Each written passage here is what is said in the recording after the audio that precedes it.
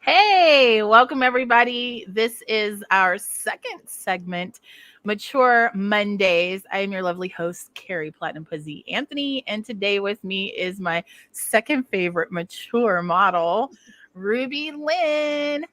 Hello. How are you? Thanks for having me. Thanks for coming on my new segment. So, I was inspired when I was on your podcast and as we were coming up with segments for our YouTube channel, because I'm the resident old lady. I love it. I was like, yo, I know lots of people in the industry that have been around for a while. So I wanted to add a little bit. Obviously, your podcast is way better, but it's just a little segment that shows people that maturing is not a death sentence. Because, Absolutely. our society does have focus heavily on being youthful and looking youthful. And I think we look good for our ages. What do you think? I think we do. Yeah, we're rocking it. Hot. So let me give our little bio that I got from your Twitter account. First of all, make sure you follow Ruby on social media. Twitter, Ruby Lynne 50, Instagram, Ruby Lynne Official, and that's LYNNE. And let's read this awesome bio. Mature, 56-year-old Cougar GILF next door, multi-nominated content creator and model for ePlay, Key Club member, social worker to Triple X host of the Granny Panty podcast. Yes, she That's has a me. mature podcast too. So if you're listening to this segment or watching this segment on YouTube, definitely make sure you check out the Granny Panty podcast, which I think is absolutely the best title ever. It's How fun. did you come up with That's that for sure. name? Kind of a chat GPT type thing, actually. Really? I kind of Googled, ideas for podcasts mature, and I just kept throwing things around and it just stuck, the Granny Panty podcast. So I was like, that's perfect. Although I'll tell you, I've had guests refuse to come on because of the name. Yeah, there's a lot of people that don't want to embrace their elderness. That's right. That's right. That's okay though. I love it. I'm not gonna lie. About 10 years ago, I was I was creeping up to 40, and I was like, I've had a good 10 years in this business. Is this the end? Yep. Although we've come. This is what I was waiting for. My graduation, like retirement party. And then I hit 40 and was like, Yeah. It's like you find this peace, this happiness, this sense of security. Like it's a whole new world. It really is. Yeah. 40s were good, but wait till you turn 50. Like that's my, I don't give a F era. Like I don't care what anybody thinks. I'm going to do what I want. I'm already there. I've been there pretty much my whole life. It's not about what people think. My problem right now is that I have censored myself for so long that it's being able to, in situations where I don't want to like cause any type of confrontation and I don't know how to approach it without confrontation. It's like that's the part that I'm experiencing. So oftentimes I won't say anything. Right. Because that's just the easier way out and it just keeps things peaceful. But at the end of the day, it's really not because I'm uncomfortable. I'm unhappy. So I'm trying to find my voice again. You'll do it. You'll do it. I will. I surely will. Well, let's talk about some challenges you've faced as a model in the entertainment industry and how you've overcome them as a more mature model. So I would say early on, so I've been in this business a little over 3 years. I think earlier, maybe the first year and a half was really finding out who my audience was, who is my fan base, kind of just figuring that out, navigating it. And it kind of just comes to you. It's not really anything that you can drive necessarily, I think, as a mature creator. And so I've been lucky to kind of have two different audiences, I think. And now that I know that, it's going to be easier to make content and kind of market to that audience. So who are your two audiences and how did you go about finding them? Like was it just like throwing noodles on the wall and seeing what sticks or Yeah, a little bit. So I feel lucky. I think as a mature creator, we really have a lot of options versus younger. And what I mean about that is I was able to carve out two niches. So the naughty stepmom, my stepmom role play, and that really targets that age range. The viewer who wants to see that is usually about 35 to 45. And then my other niche that just kind of came about accidentally really is, collabs with the guy next door. So Mhm. like the dad bods, I have a big fan base for that because they can relate. They can actually see Mhm. themselves in that situation. And so I would say that age range is about 40 to 55. And so Wow. and it's kind of an accident. The guy next door thing, or the not MILF next door, that kind of just accidentally happened. Yeah, I've been all over the place. My whole brand is chaotic. It changes like every 5 minutes, but what I found over the course of the last probably 5 years, I started doing well, I've always been camming, but I decided to make just this random like unknown profile because Platinum always got questions about Right. porn and just Mhm. who's your favorite company to shoot for? Nobody. Like, and it just got so like overwhelming and no money was being made. And so for me, I was like, look, I can't get on cam and not be making money. So I just made this random housewife, PTA mom, jumping on cams secretly. Husband doesn't know. House full of kids. I should be washing dishes right now, but I'm on cams with you guys, or like taking the laptop in bed and being like, don't tip me, my lush will go off and he's gonna hear it. And I so of course love that. it encourages them to tip. And I found this whole like audience that I didn't even know was there for me. And it's even better for me because I'm not the star. Even on the star, I'm not Right. the star. You know what I mean? Right. I'm just the wife that, jumps on That's cams because awesome. the kids aren't home. That is so awesome. I love it. So You yeah, do have a lot of facets to your business and your personality and your brand, and I think that's amazing because that way you're able to kind of bounce between what's serving me today, which persona. it is. It's like I call it the Sybil syndrome. Oh, Who am I today?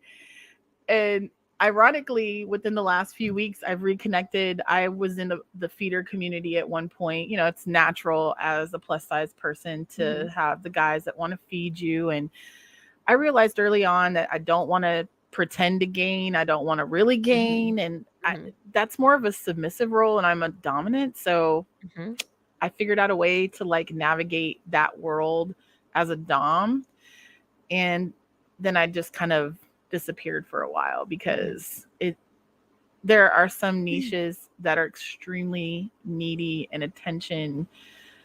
They need a lot of your attention. And so I just re-entered that world again. And it's just been like you said, you just Mhm. reemerge and it's like, hey, we're so happy you're back. And yeah, interesting. Yeah. So let's talk about things. Has your perception of modeling in the industry changed as you've matured in your career? Oh, good question. I would say my perception changed in the beginning getting into cam modeling because that's where I started. I didn't realize how well accepted mature creators would be, all body types, all body sizes. That really shocked me in the beginning. I was not prepared for that. Same.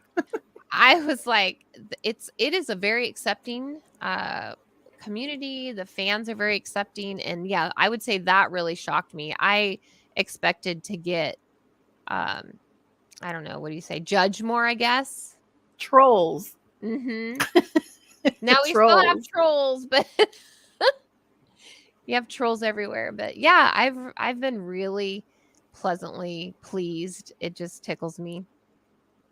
So tell me how you got started. Like, how do you go from social worker to a triple X creator? Like, how does that happen? How does that happen? I know. So how that happened was, as a social worker, we don't make much money. My partner was a No. mechanic, so typical, just suburban careers, didn't make a lot of money, and so I wanted to travel. That's my dream. I wanted to travel to Europe, to the UK, and do all these trips, but they're expensive. It takes money, and so I got into this naughty ladies Facebook group. It was called Scarlett's Chambers. It's still there. And these girls were posting about selling dirty panties online for extra money. And they were just like stay-at-home moms, that kind of thing. And I'm like, light bulb moment. It's like, I have dirty panties. I can sell them. And so I literally went to that site, a site called Send a Pansy. I made an account immediately, went to my panty drawer, pulled out a pair of panties. And I'm like, I could sell these. I don't care. And made an ad. And that's how it started. I didn't succeed very well. That was like the fall of 2019. I tried it, for a few weeks and I didn't do very well. So I closed my account and then got to thinking, it was January of 2020, right before COVID hit. And I'm like, the mindset wasn't there. It wasn't right. I need to treat it as a business. Like that would be a job. So I said to my partner, you need to learn how to use our digital camera. Let's take, professionally quality type pictures and I'll write better copy. So we did, came home from Hawaii, started that. And like, it just blew up instantly. I rebranded and yeah, it went crazy. I'd be booked out 6 weeks at a time for daily panty wear. Stop it. Yeah. And That then the is guys, they awesome. started to order videos. Like, I want to see something happening in the panties. I don't know how what I can say on your show or not, but or they want to see me with someone wearing their panties. And that's how the birth of content came. So then we started making content. That's awesome. I Yeah. love hearing about the evolution of how it starts off. Like for me, it was a phone sex operator and not even my own face. And then I was like, sure, of course I want to use my pictures. I know how I look. So when you ask me to describe myself, Right. duh. And then it was like, oh, I want to see you doing this, I want to see you doing that. And it was like, really? Yeah. Okay. Yeah. So the Yeah. evolution of like how something, and of course, this is before OnlyFans was really the conglomerate that it is now.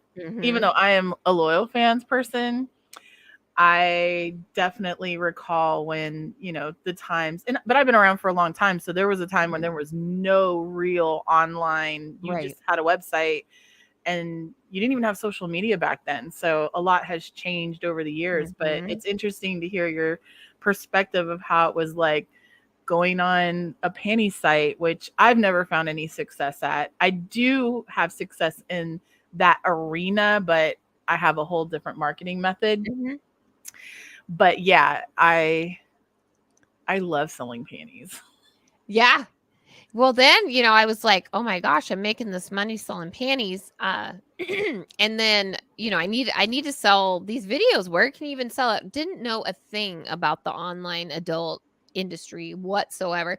So I'm just searching. Of course, the first thing that came up was ManyVids. So that's where we started. But then I'm searching and I read this article, cam couples make $10,000 a month part-time. And I went, ding, ding, ding, ding, ding, ding. What? Yes. What is this? What is this? I love it. I love it. Yeah, here we are 3.5 years later.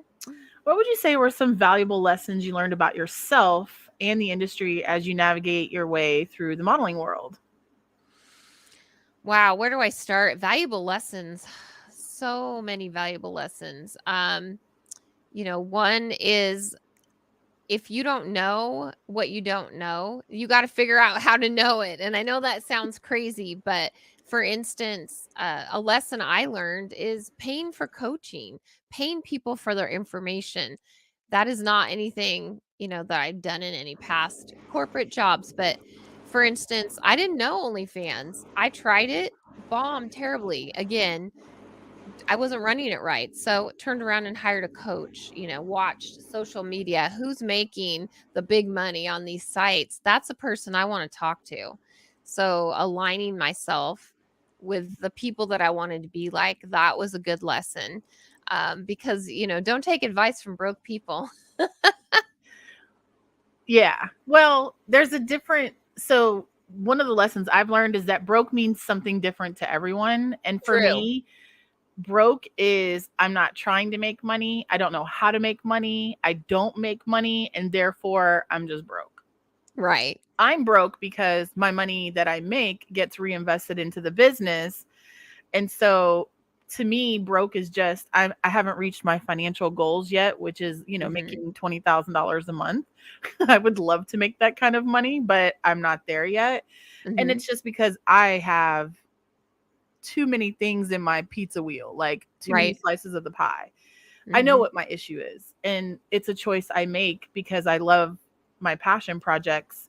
But have I made good money? Absolutely. Mm-hmm. There have been times where I've been very self-focused and I've made 10,000 a month or better. But, you know, times also change. Right. So, Right. and Right. learning to adapt to new technology and all of the things, like, yeah, for me it's just been I'm chaos.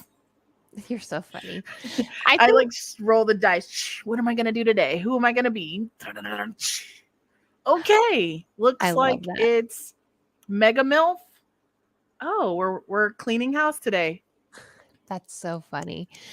I do think one thing I learned about myself too, to answer that part of your question, is that I have to learn to take the failures better. So I had to learn how to Mm, turn the things that I did that failed, how to actually turn that into a win.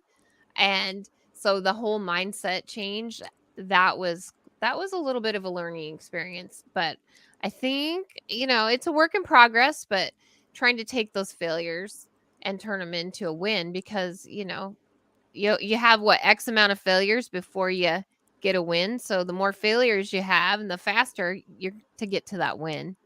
And so yeah, just realizing that and not being so hard, I guess, on myself. for me, I think it's really staying focused on what it is that I really want. Mhm. Um, I knew early on that I didn't want to continue doing the hardcore stuff. Mhm. And so I kept doing it because that's all I really knew at the time. And then Mhm. eventually it was like, nah, this isn't for me. I'm totally Mhm. miserable and I'm just not accomplishing the things that I want to accomplish. For me now, I just don't want to do the thought pocket stuff on my social media. You know what I mean? Like I don't show nudity. I Uh-huh. don't Mhm. I don't want to get caught up in that. There's nothing wrong with it. Mhm. I want to do it when I want to do it. That's really what it Right. is. It's not that I don't want to do it. Let me rephrase. I don't want to be in a situation where I feel like I have to do it all the time. Let me do it Yeah. when I want to do it. And so when I'm a thought pocket, I'm fully committed. I love that term. I've never heard that before. I love Yeah. it. I just I found myself, it's like, when someone asks for a nude picture and you're Mhm. like, damn, do I even have any nudes? And then when somebody asks for a clothes picture, you have a hard time finding that. Yeah. That's how I feel about the thought pocket stuff. Like, I want to Right. twerk when I want to twerk. I want to show my boobs when I want to show my boobs. Mhm. And that's just probably me being like around forever and being burned Well, out. and you also want control of your content. I mean, I don't allow any nudity on social media of myself at all. So Yeah. you'll never see me naked unless someone's stolen something somewhere and posted it. In fact, I even have the talent that I work with have to sign an agreement that they won't post me. So I think it's also about control of your images. It's not a bad thing. Absolutely. Not a bad thing. What else do you have on your model release form? That's an interesting one to put, is that you're not to post anything of me completely naked. That's a good one. What else is on your model release? Just the only other, it's all standard, except I have a separate agreement, and everything has to be behind a paywall. Yeah. And I've had Same. talent turn down working with me because they post their stuff to Pornhub, or they post full trailers on Twitter, that kind of thing. And, it's fine. But actually had more people be like, oh, that's cool. Because then what I do is, if we're shooting, we'll do a staged, planned Pretty girls. social media post. Yeah. Teasers and stuff like that. It's the reason why most companies shoot 5 to 10 minutes of completely safe for work content. It's the anchovy pizza guy. All of that is just safe for work content that can be used to promote anywhere. Yep. So FYI, just a little fun fact. I love it. Next question. In what ways has your definition of success evolved as you've matured in the entertainment industry? You got some good questions here, Carrie. Chat GPT. I just named my cat using Chat GPT, actually. Really? What did you name your cat? I named her Peaches. She was an orange female, kitten. Oh. So I went on Chat GPT and bet best names for an orange tabby female cat. That's awesome. Okay, my definition of success. I don't know that it's evolved that much. I think it's still pretty much the same. My definition of success, well, no, it has evolved. You're right. So when I started off in this industry, I was working as a social worker and working the business for 2.5 years, which meant all day I worked corporate, social worker, at nights, weekends, did the business. And so my definition of success then was to be able to make enough money, replace my salary of being a social worker, so I could quit and work the business full time, because that's where my heart is. That's where my passion is. Mm-hmm. And so April of 2022, I was able to realize that goal, and I was finally able to quit that position. Now, my definition of success is, a specific amount of income per month, but also to retire my partner. And so that's the hope, is by the end of fall that now I can retire him. So I think my success, it does evolve as you reach those goals, but ultimately the overarching umbrella goal is still the same, is to make us, I want to make $500,000 a year and, have a vacation house. It's all those dreams. That's on your vision board, think of your vision board, but for sure. It evolves as we reach those goals. Mine are super basic now. Like, I obviously, when I worked in corporate America, it was to make 6 figures, to buy a house, to, be financially free, to vacation when I want a vacation and not be strapped for cash ever. And then I got into the industry and realized my independence. And for me, success is being able to consistently every month not have to go get a job. Right. You know what I mean? Even though, obviously some months are exponentially better than others. Just having that ability and that consistency to not have to clock into somebody's job and deal with all of the corporate America stuff that I haven't been around in 20 years, that I would just be like, I can go home and make more money in 5 minutes. Right. You know what I mean? Right. So for me, like, my definition of success is like so basic now that it's like, and that's also comes from a lot of years of like being a huge, hard self-critic and just being like, listen, there are people that struggle and aren't making it. And, not that there's any rhyme, reason, or fault, but you're doing it. You are doing it. I've been successful with projects. You're doing it. And so, yeah, my definition of success has changed tremendously. And I mean, I still have goals and high goals, and I want to make $1 million a year too.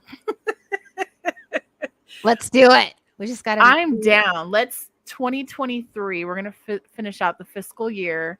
By New Year's, we're going to have dinner, probably in Vegas, and we're going to talk about how we're going to hate filing our taxes because now we're in a different tax bracket. No kidding, boy. Damn the That's cute. IRS. So, can you discuss the importance of self-confidence and self-acceptance in the modeling industry and how your perspective on those factors have developed over time? Ooh, that chat GPT Go get some question. questions. I'm telling you, Woo! they hooked me up. Mine were, I mean, I have some fun ones, like, I should have had some extra caffeine this morning. are you a Coke or Pepsi person? Like, I have some generic ones, but these were so intriguing to Yeah, me. these are good. Yeah, they're good. Good old Chat GPT. So I would say definitely I'm a big self-confidence, self-acceptance person. Like I promote that. That's kind of what part of my branding is. And it has developed over time because I think the younger we are, the more critical we really are. By the time we hit our Definitely. 50s, it's, I don't give a fuck anymore. Like it's you like me or you don't, this is the way I look. Some people will, you know, I get the trolls on social media, about, hey granny, No. go back to your rocking chair, and I embrace that, but definitely as younger, more critical. As I've aged, less critical. But also this industry, being in this industry has helped with my self-acceptance. So that, like I said, I was just so shocked about it that my self-confidence went up. So it's definitely evolved as I've gotten older, and even from 40s to 50s. I was so self-critical in my 40s because I had this idea of what I should look like and I wanted to look younger. And you know, just as you get up to 50, you kind of get over that threshold, but definitely evolved. I would say, you know, the 40s was my plastic surgery era. Now now that I'm 50s, it's just a little touch up here and there. I definitely would say in my early 40s, I went through a lot of like, I should have done this by now. I should have Yes. accomplished this by Mhm. now. Like my credit wasn't that great and Mhm. I didn't own a home anymore. And like all of these things that I had previously accomplished when I got to my 40s, like my life had changed. But then I Mhm. had to like flip the coin and be like, but you're working on projects that are like life changing for other Mhm. people and history changing for the industry and are really great positive things that are bringing you good karma. So it's like, okay, so maybe it wasn't in the cards for me now, but in the future it could be. So yeah, definitely had to ease up off of myself because I was like, Mhm. oh, I should have made $1 million by now. Like, Right. Right. Well, and in our 40s, I feel like that is the time that all of a sudden it hits us about retirement. We're 20 yes. years or so away from retirement. And so also like that, I should be here. I should have $500,000 in an IRA somewhere, that kind of thing. We put that pressure on ourselves. And, we just don't need to. Not everybody is going to be at the same level. And I think that even relates back to your question, the importance of self-confidence and self-acceptance, because if we don't accept ourselves, I mean, the mental health piece of that, carrying that burden of not accepting who we are, what we look like, can just be so detrimental, especially in this industry. There's enough mental health issues. you know, Working for your own self. You don't need that. Absolutely. Especially since our business is based off of our mental health. It's based Mhm. off of our emotion. It's based off Mhm. of our physical health. And, Mhm. so when people say self care, when you are the product of your business, you have to be mindful Mhm. that those things are very important. When you're not feeling your best, you're not filming your best content. You're not your Right. best personality online. You're not being a good, peer to your fellow peers. Like Right. there's a lot of things that could adversely affect your business and sometimes detrimentally Mhm. affect your business. So you have to Absolutely. be mindful that, sometimes you need to take a day off or a week off or 6 months if that's what's necessary. You know, a lot of people are like, "Oh, if I take 6 months off, how am I going to recover?" Mhm. Well, I can tell you what happens if you don't. You Right. know what I mean? What's the alternative, you know? Right. So, we want to switch things up a little bit. What is a guilty pleasure that you love to indulge? Ooh, my guilty pleasure. My guilty pleasure. Shopping.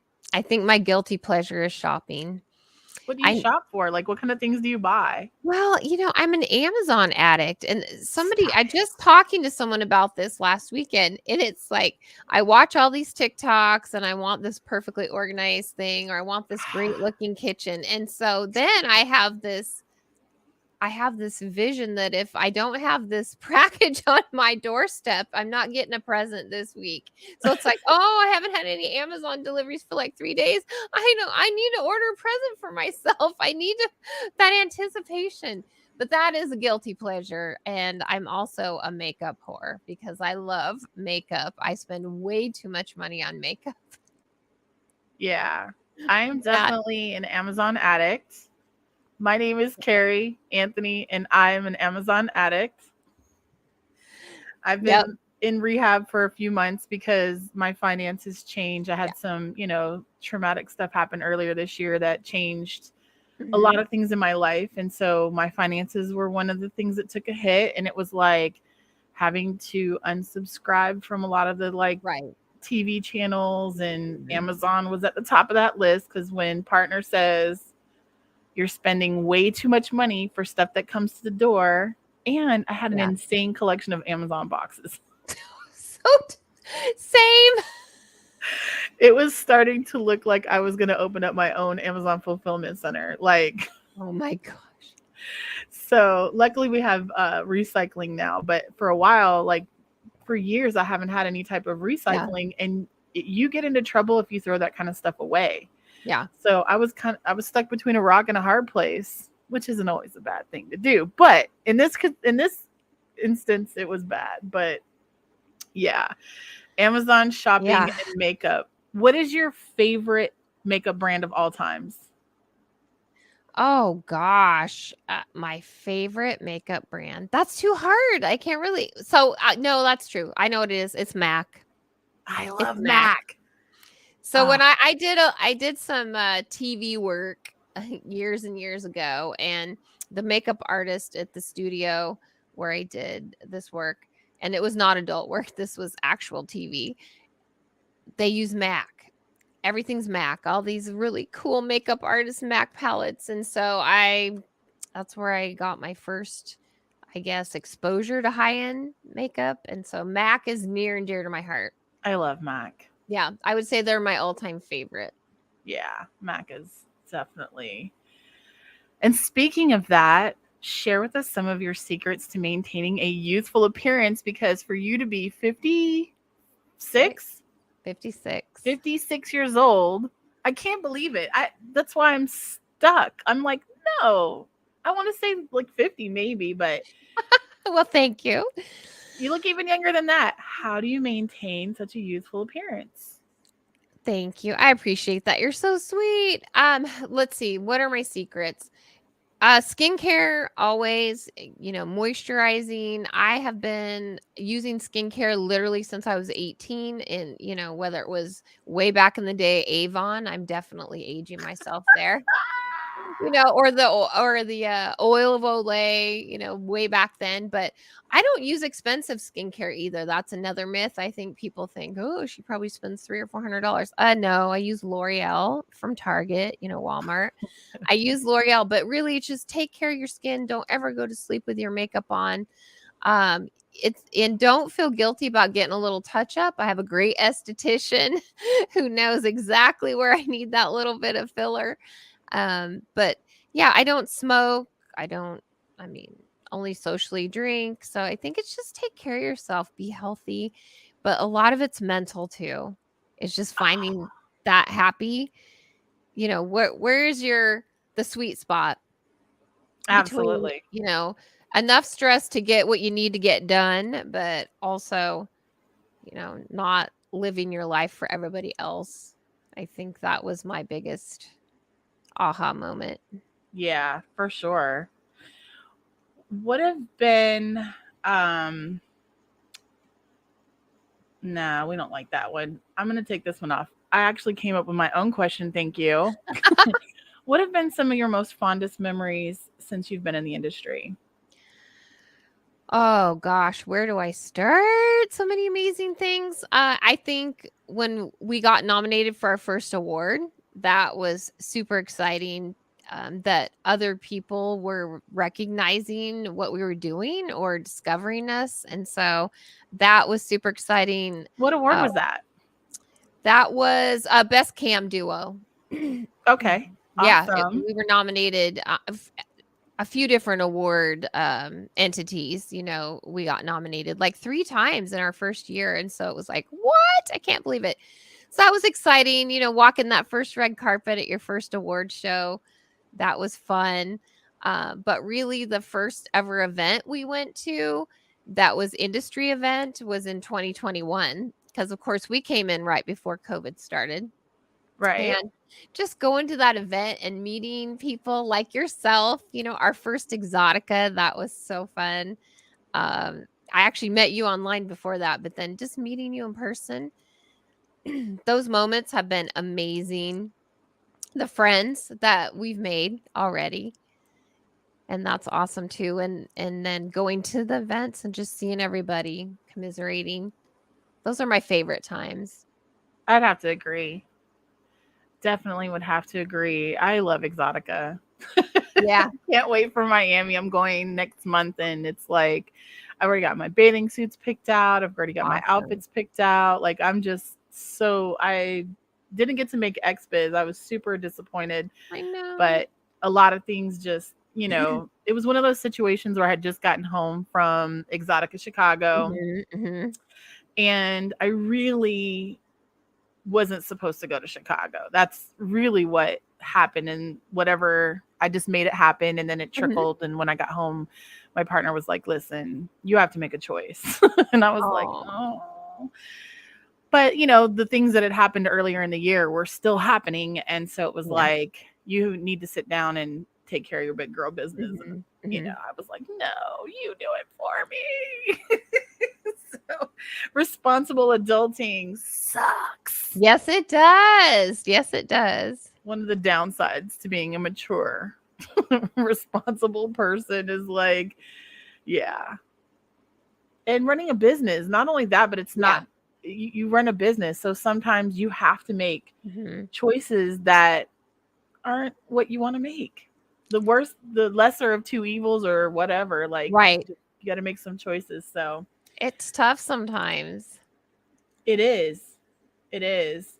So, speaking of, were there any moments and experiences during your journey that made you question your path Mm. in the industry, and how did you find the motivation to continue? Yeah, definitely. I can think of one specific instance, and that is when my adult son decided to disown me, or disown us, my partner and I. And that really hurt. It was really traumatic. We were outed to our adult kids by one of their old schoolmates who saw an ad with us in it on Pornhub and screenshot it and sent it to all the adult kids. And it was we were ready to tell them. We were waiting, till everybody got together and chat with them. And it was time we were going to tell them. We were traveling a lot, and I think they were like, "Why are you guys traveling?" But that instance where um my son disowned us, that for a hot second I was like, "Oh my god, have I ruined my life? Have I ruined my life?" And being a social worker gives me the tools a lot of times to kind of analyze and think of things, maybe from a different perspective. And I really decided that, nobody's the boss of me.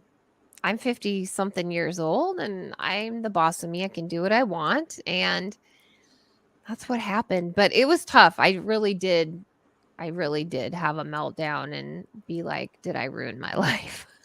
Yeah, I mean, we can talk about the fun things that we experience in this industry all day, but there are some common misconceptions, and one of them is a lot of people think that you can just control alt delete everything that you've done and go back to a regular life. Right. And me having a private Facebook page for the last however Facebook has been around, I will never be able to go back to just a regular life. Like somebody somewhere is always going to come across old content or something, and there's no way to ever control alt delete the work that I've done, which I mean to some extent is kind of an accolade, because if you've done good marketing, you are everywhere. You can be everywhere, yeah. But to the point, it can also be detrimental if at some point you just, and that's probably what's kind of kept my train on the track, is like there's nowhere to turn. Like if you go back to corporate America, you either have to be honest about your journey through the adult industry, or just be ready for that time when they pull you into the office and say, we found it. We found it. We know who you are. We know who you are. And, you know, you can either, so for me, it's like that battery is in the back always telling me, but here's some good things. I was thinking about this the other day when I was thinking about that, like how you are on the internet forever and how you know, obviously, because fans have found my personal page multiple times, and I've had to be like, I don't want you to see my family. I don't post about my kids. I don't really, I mean, I talk about them from time to time, but not specifically. And so, you know, for me, it's like, that's why I had to make my page private. But here are some things that I was thinking about, some positive things. If you didn't get a chance to finish high school, this is an industry that you can work in forever, and no one cares. Right. No one's ever asked me to see my high school diploma. I don't think I've ever in my entire life been asked for that diploma, to be honest with you. I did. I got asked for my diploma and my college credit courses. I was actually, I was already working for the company, ironically, and I was requesting to become a manager of a department. And I guess in the department, they had to verify your credentials and all this other stuff. And I was just like, that's silly, but okay. But also, if you have a record, obviously there's some things that if you're guilty of those things and you've been you know what I'm saying, like, maybe this ain't the place for you. But, you know, some of us have run into situations where, you know, we made mistakes in our youth. And those linger with you. And, you know, we live in a time where everybody wants to see your record. They want to see your credit. They want your DNA sample and, you know, access to your firstborn or your first grandchild or whatever. And so this is an industry. There's a lot of positives. Are there negatives? Of course. Yeah. But at the end of the day, there's a lot of positives, and you have the potential to grow as much as you want. Yeah, for sure. The power's in your hands. And I saw a cam model recently that had her ankle bracelet on. So, hey, that worked out. I heard about a model that went to jail, some sort of crazy situation, like domestic violence, like they got into a fight. And in some states, you know, the police just take you both to jail. They're like, we're not going to go back and forth about who's at fault. And she went to jail because this was a repeat offense. She got like 9 months or something in jail and was still making money because all of the content was still, you know, posting, and she'd scheduled things out and had an assistant and all this other stuff, and just, you know, made arrangements like, hey, I'll make sure you get paid, and came out and had made twice as much money locked up. Oh my gosh. Because fans were tipping. They wanted to get her out. And like, it was so interesting to me. And I'm like, I'm not going to jail to make twice as much money. I'm willing to do a lot of things, but going to jail is not one of them. Although I would pretend to be in jail by setting up a little setup and being like, that's a great girl scene. There you go. Inmates.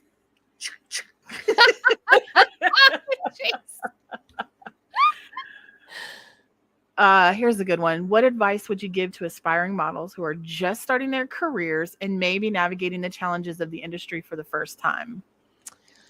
Good question. I would say do your research. Watch, go out and watch models and get different ideas. See what they're doing, especially if it's in your niche. Because it doesn't bother me. I'm glad people will come and chat with me or ask me what I'm doing. But yeah, just check out your niche. You can see what their backdrops are. How are their fans tipping? Like, just do the research. Do the research on the sites.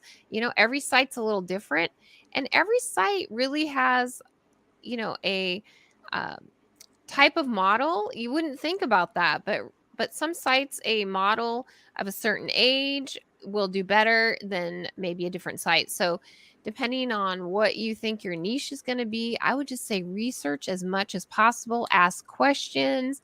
There's some great Twitter accounts to follow that give out ideas, and yeah, just really check it out before you jump right in.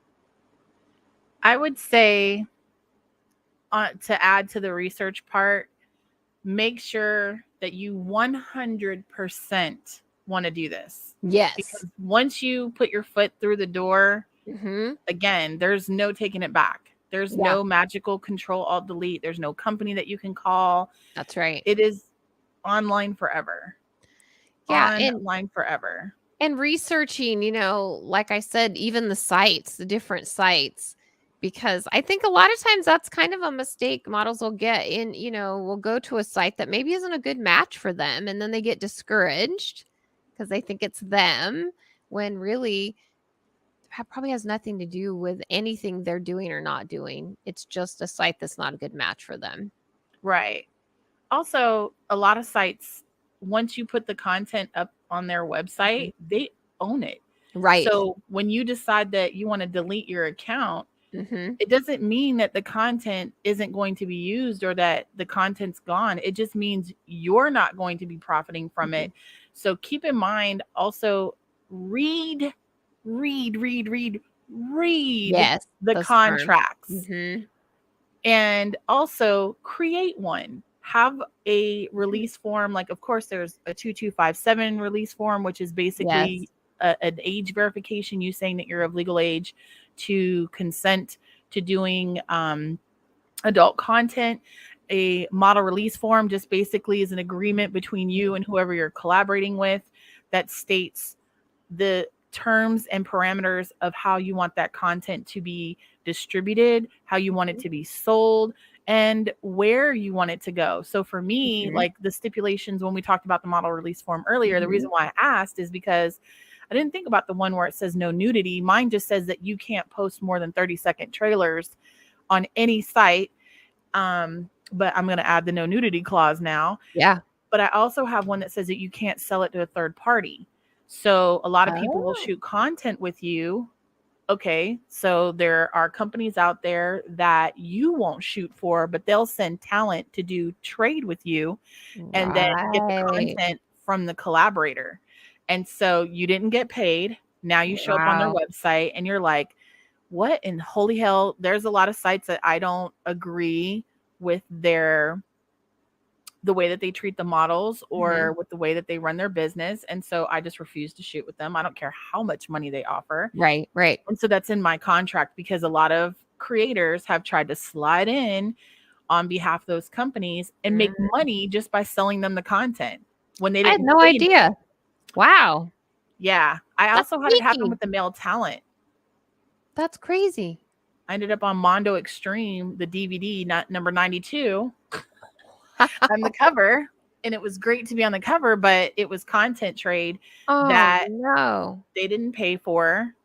And I mean, they did pay the director or the videographer person, so I guess that was a fair trade, but I had no idea. And it was in the early stages of my career. Again, another reason 6054 why I don't read do hardcore, but I didn't know to ask. So now my release form clearly states you cannot sell it to a third party. If your website or your webmaster or the person who helps you manage your content is XYZ. There's a few people listed there because there's companies out there that also help models with their websites. Right. And in turn, they're under contract. They own the content as well. That's out.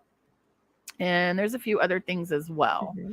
How you can use, like what keywords you can use. Yeah. So as I was shooting hardcore, there were certain racial terms that I would refuse to be used in conjunction with my content. And then of course, size words. Like I don't care about fat, obese, SSBBW. None of that stuff bothers me because, you know, it is what it is. I don't want to be labeled as a cow, a pig, I know. a whale. Like I'm not an animal. So those are stipulations in my release form that say that, you know, these are words or taboo. That's a good idea. Good idea. You can call me stepmom, but you can't call me mom. You can call me stepsister, but you can't call me sister. Like I don't want to be a blood relative. I'll be yeah. So, and it's also because I also experienced being blackmailed, and someone took a video, put information on that video, morphed it with a bestiality video. Oh no. And then put it out there for the world to see. And now everyone thinks that that video is mine. It is not mine.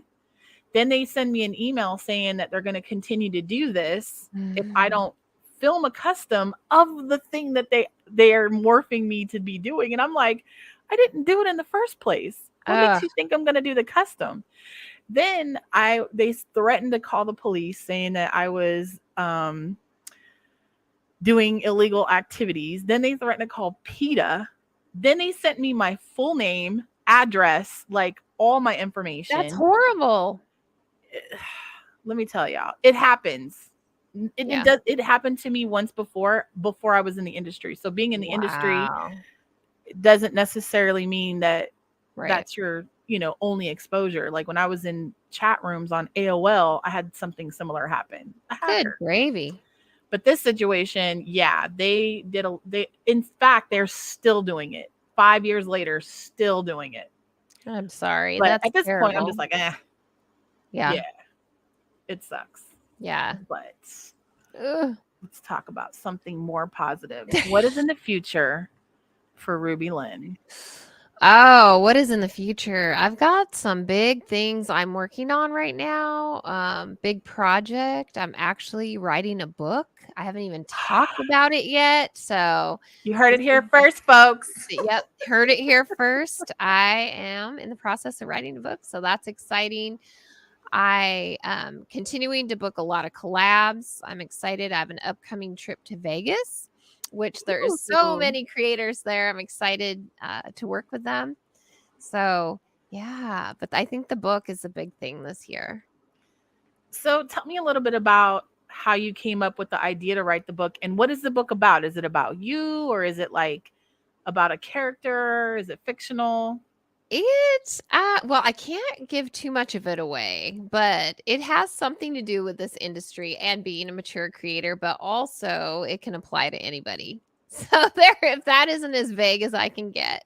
Right. Vagalicious. Vagalicious. But Vagalicious. Yeah, it's something I've been passionate about, and so I'm excited.